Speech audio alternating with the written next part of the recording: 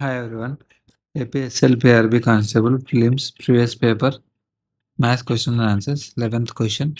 Man borrows 5,000 rupees for 2 years at the rate of interest 16% compounded yearly. If at the end of the first year he paid back 500 rupees, then the amount he should pay at the end of the second year is. ఒక వ్యక్తి సాలీన 16% చక్రవడ్డీ రేటున 5,000 రూపాయలను 2 సంవత్సరముల కాలానికి అప్పుగా తీసుకున్నాడు.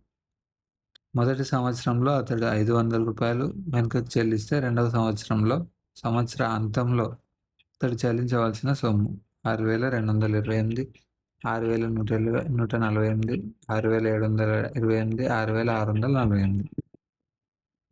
తీసుకున్న amount ఎంత? అప్పు తీసుకున్నది ఎంత? 5,000 రూపాయలు. రేట్ ఆఫ్ ఇంట్రెస్ట్ ఆర్ ఎంత? 16%.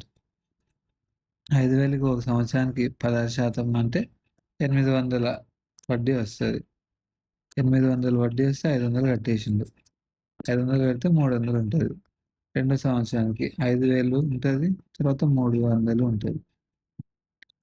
5,000 మీద వడ్డీ ఎంత వస్తుంది? 800 వస్తుంది. తర్వాత మళ్ళీ 300 మీద 16% వడ్డీ అంటే 48 రూపాయలు.